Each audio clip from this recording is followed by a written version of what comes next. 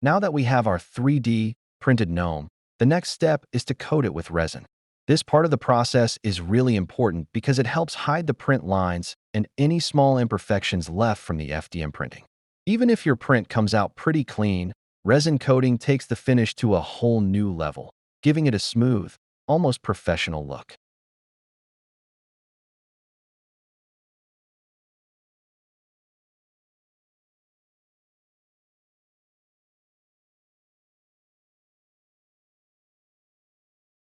I start by brushing resin over the entire surface of the gnome, making sure to cover every little detail. You want to get into the creases around the hat, the body, the beard, everywhere. A nice, even coat is key here. Take your time and rotate the model as you go so you don't miss any angles.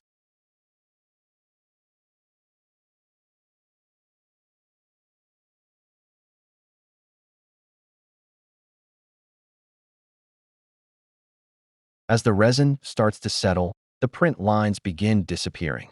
You'll notice the figure slowly transforming from that raw, layered plastic look into something much smoother and more refined. This is one of my favorite steps because you can immediately see the improvement.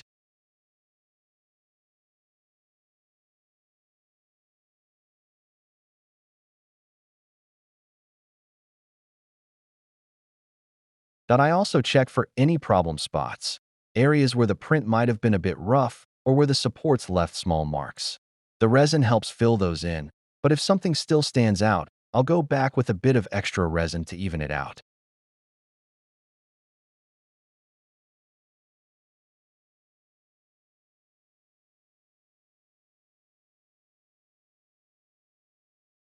Once the whole gnome is coated, I let it cure. You can use a curing station, UV light, or even sunlight depending on what resin you're using.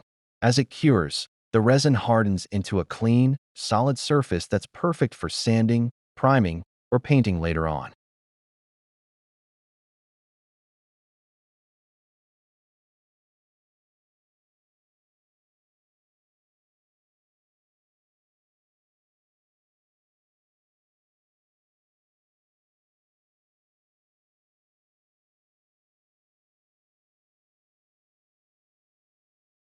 That I keep repeating the same process, brushing on a fresh layer of resin and then placing the gnome into the UV light to cure it. Each coat helps smooth out the surface even more, slowly hiding any remaining print lines and tightening up the overall finish.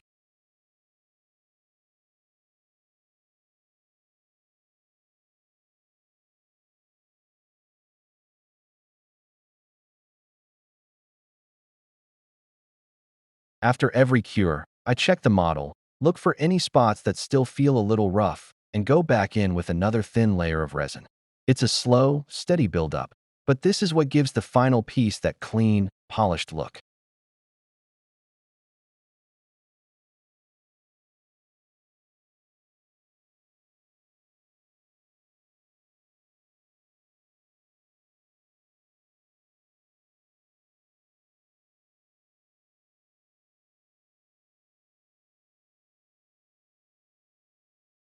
For the UV curing, I let each coat sit under the light for about 1 to 2 minutes. That's usually enough time for the resin to fully harden and bond to the surface. I repeat this after every layer to make sure everything cures evenly and doesn't stay tacky.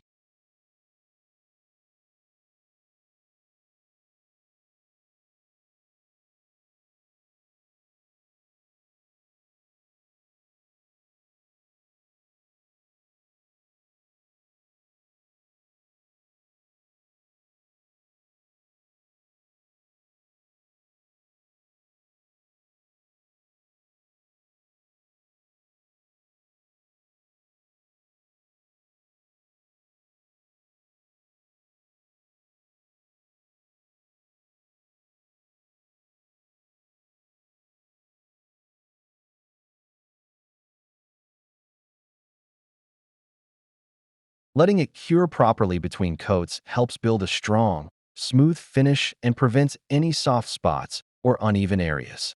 By the end of this process, the gnome is fully coated, solid, and ready for sanding or painting.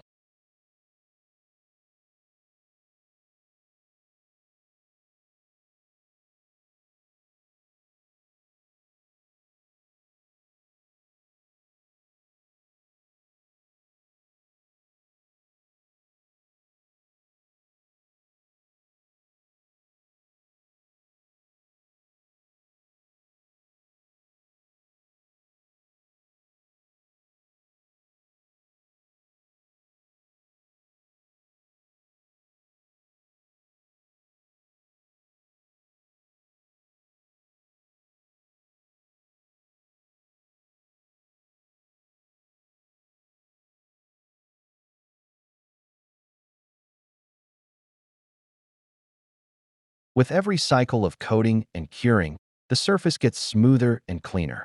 The print lines fade away, small imperfections disappear, and the figure starts to feel much more solid and refined. This repetitive resin process might take a bit of time, but it's what gives the finished model that seamless, high-quality look.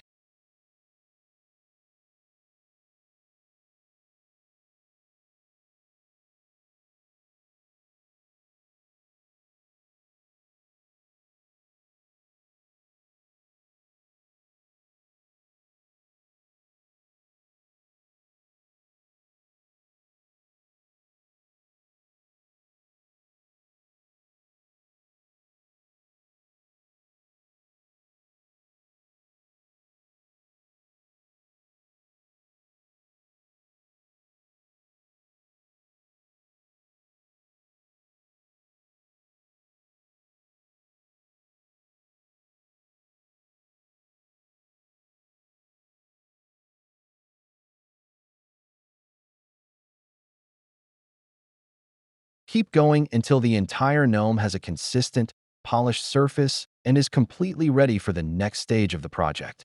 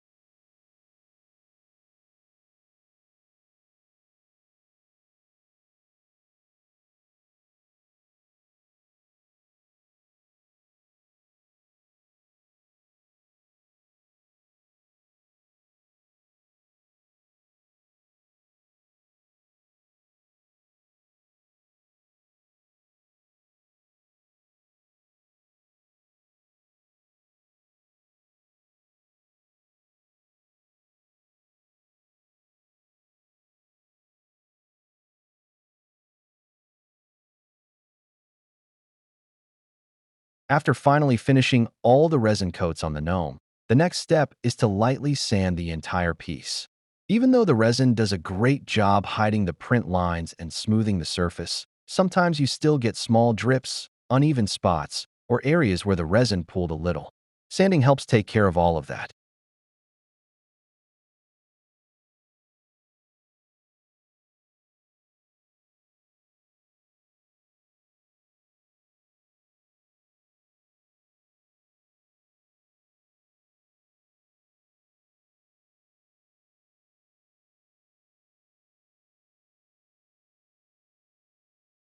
I start with a fine grit, something like 400, so I can smooth the surface without scratching or removing too much resin.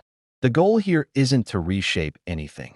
It's just to take off those tiny imperfections and give the whole figure an even, clean finish. I go around the model slowly, checking the hat, the face, the beard, the arms, and especially the areas where resin tends to gather, like under the arms or around the base.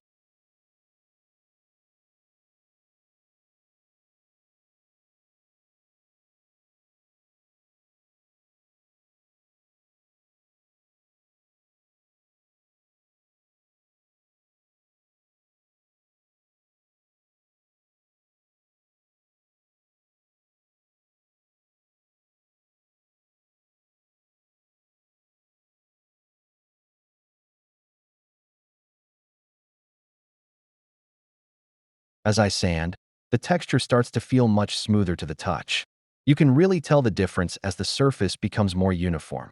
Any small bumps or shiny spots from excess resin start to blend in, and the model gets that nice matte feel that tells you it's ready for painting.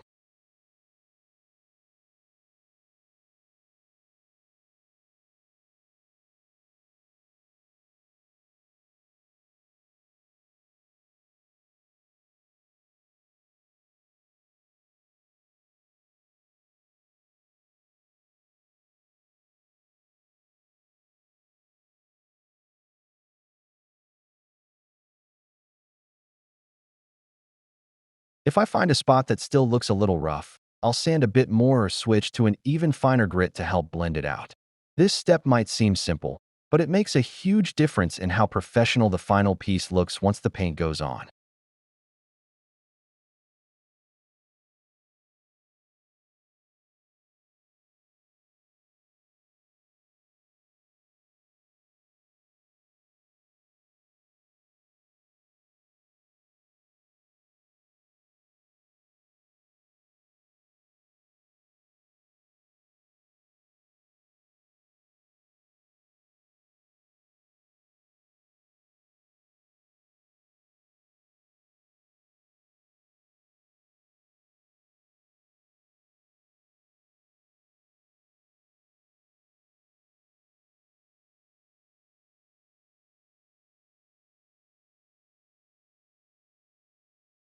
By the end of this sanding process, the gnome feels completely transformed. The print lines are gone, the details are sharper, and the whole model is smooth and ready for the next stage. This prep work is what sets up a perfect surface for primer or paint in the upcoming steps. Stay tuned. The fun part is about to start.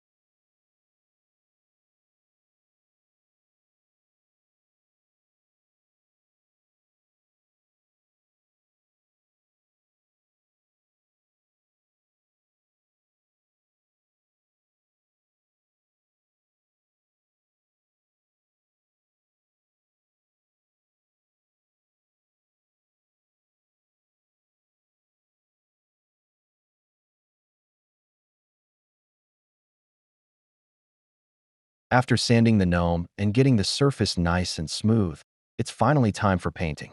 This is where the character really starts coming to life. I'll be following the same color scheme as the original gnome, so they look like a matching pair.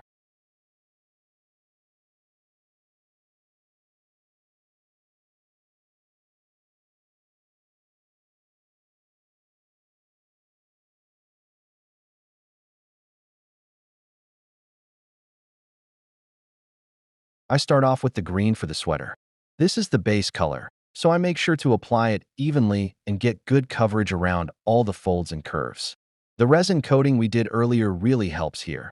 The paint goes on smoother, and the details stand out more clearly.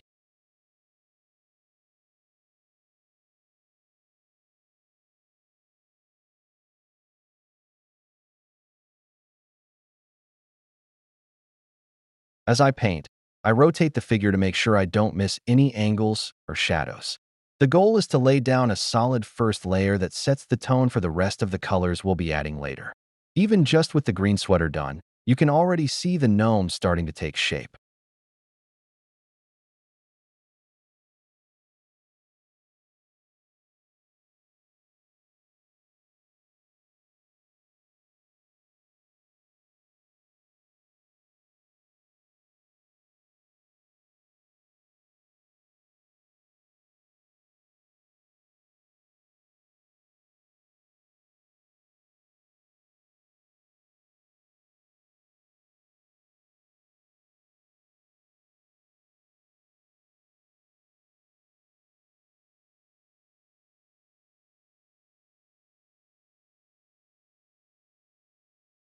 This part is always satisfying because the model begins transitioning from a raw print into a full character with personality. More colors are coming next, but this green base really sets the foundation for the final look.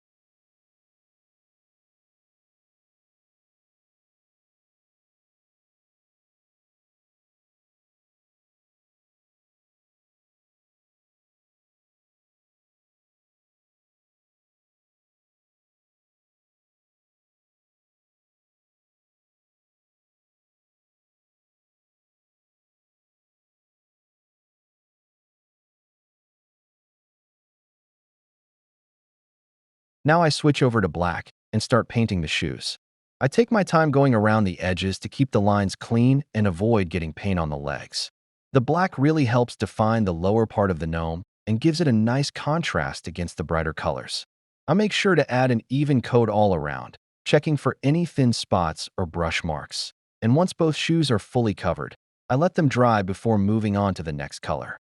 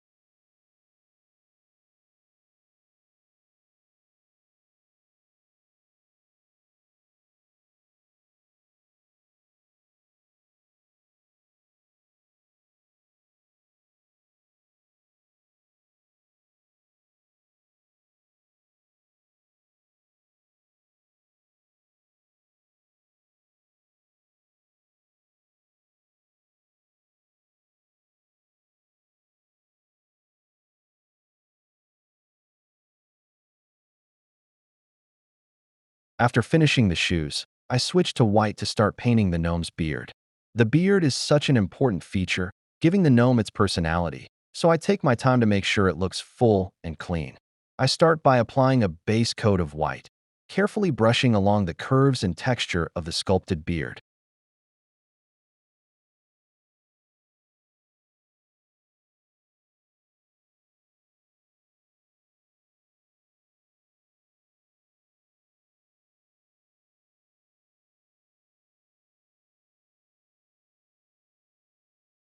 Because the gnome's beard has lots of small ridges and details, I use gentle, controlled strokes to get the paint into all the crevices without covering up the sculpting work we did earlier. The smooth resin surface really helps here, letting the paint glide on evenly without streaks or patchiness.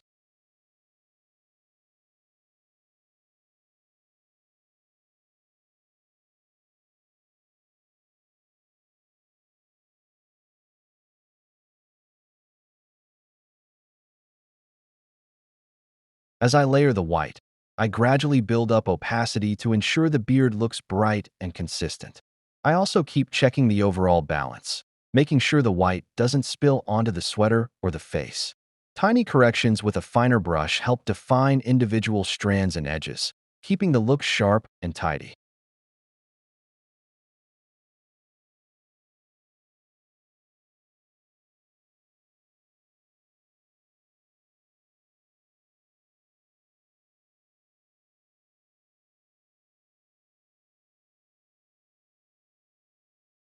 Once the main beard is painted, I go back and refine any areas that need a bit more coverage or touch-ups, smoothing out transitions and making sure the beard integrates naturally with the rest of the gnome's face.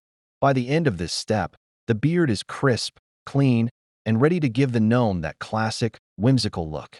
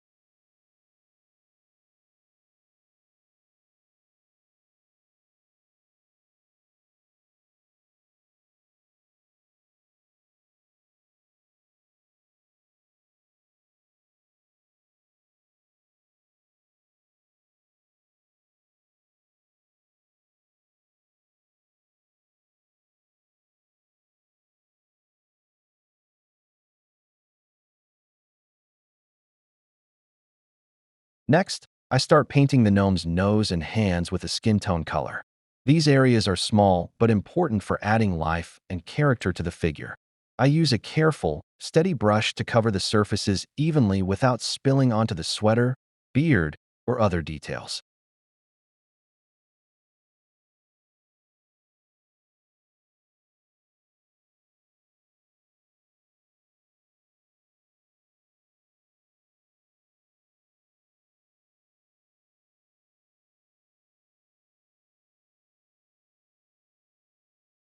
The resin surface really helps the paint go on smoothly, letting me build up the color gradually. I pay attention to the curves and contours of the nose and fingers, making sure the paint follows the natural shapes and highlights the sculpted details.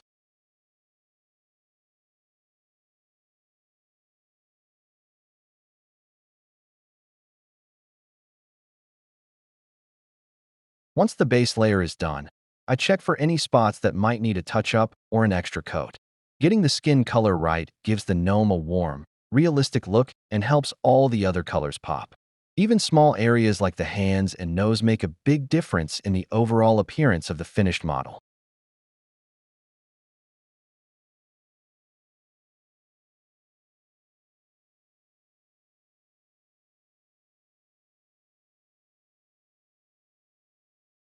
Now comes the fun part, painting the candy corn. I start with white for the top section, carefully brushing it onto the sculpted grooves. Since the candy corn has three distinct color layers, it's important to get each section clean and precise.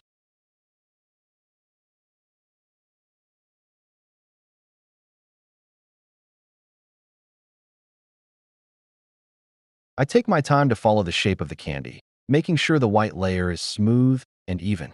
This sets the foundation for the next colors and helps the candy corn look realistic and vibrant once all the layers are complete.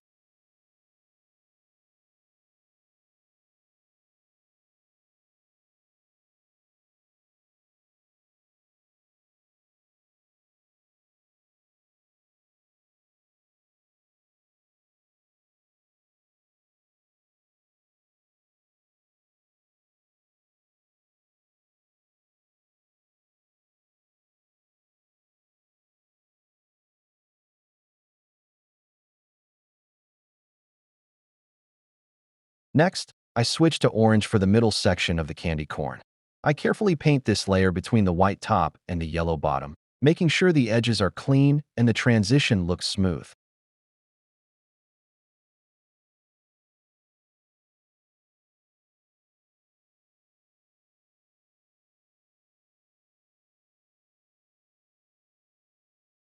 Painting the middle orange layer adds the classic candy corn look and really starts bringing the prop to life.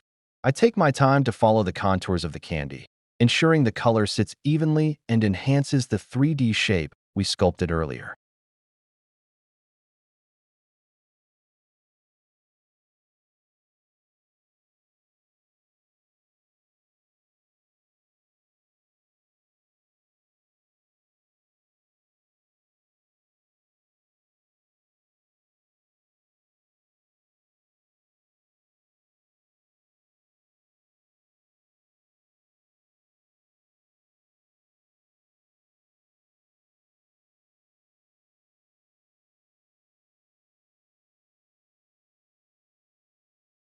Finally, I finish up the candy corn by painting the bottom section yellow. This last layer completes the classic three-color look, giving the candy corn its recognizable, vibrant appearance.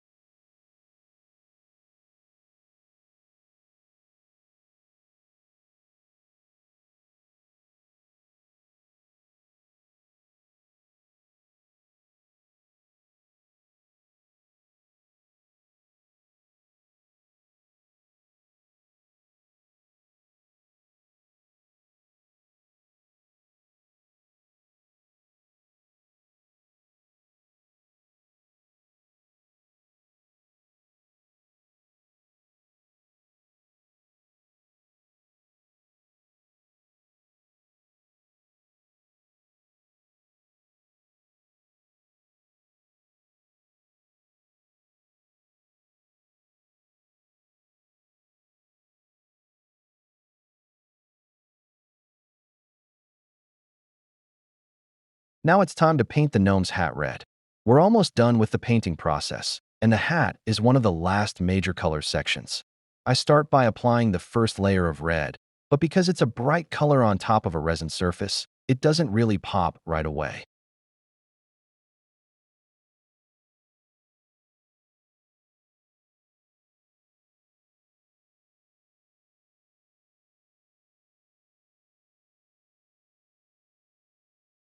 I carefully brush over the hat, making sure to cover all angles and follow the sculpted folds and details.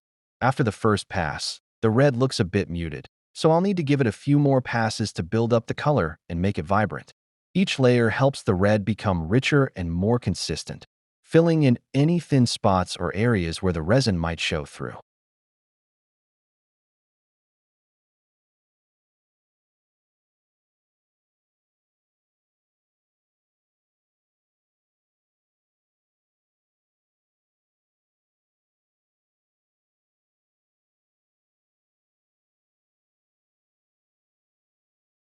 By the end of this step, the hat really starts to pop, giving the gnome its signature look and completing the main color palette.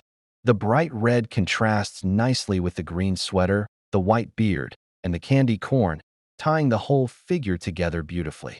This step really brings the character to life and sets it up perfectly for any final touch-ups or details.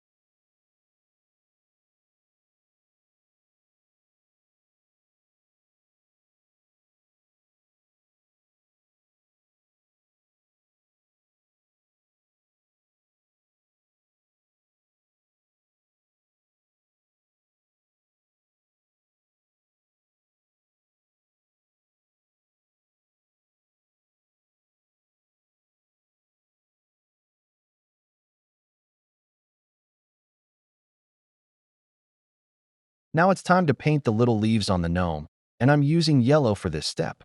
Even though they're small details, the leaves add a lot of personality and color contrast to the figure, so it's important to take my time with them.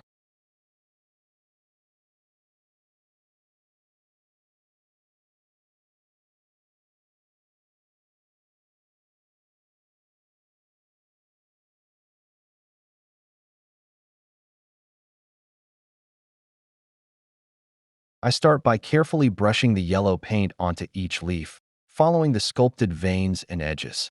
The goal is to get even coverage while keeping the fine details intact. I rotate the gnome to make sure I don't miss any angles or hidden spots between leaves, checking each one as I go.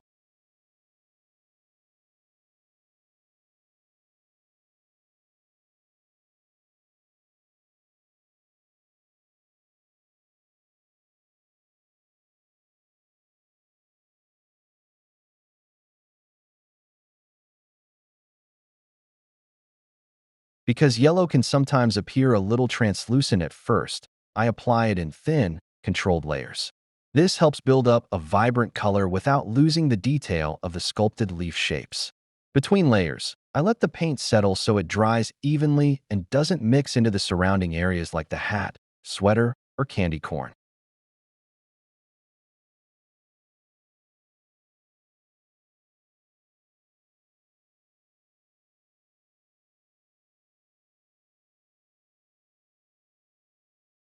As I continue, I refine the edges and touch up any areas where the yellow might have gone slightly outside the lines. These little adjustments make a big difference, ensuring the leaves look crisp and clean. By the end of this step, the leaves pop against the gnome's other colors, adding warmth and a nice finishing touch to the overall figure.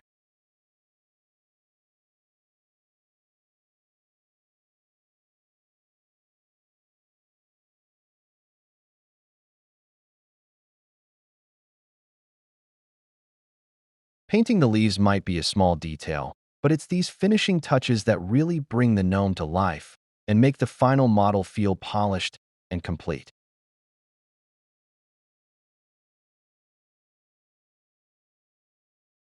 Finally, the gnome is done. To finish it off, I apply a clear coat to seal in all the paint and protect it from scratches or wear. The clear coat also adds a subtle shine, making the colors pop and giving the figure a polished, finished look. Now the gnome is ready to display, and all the hard work really pays off in the final result.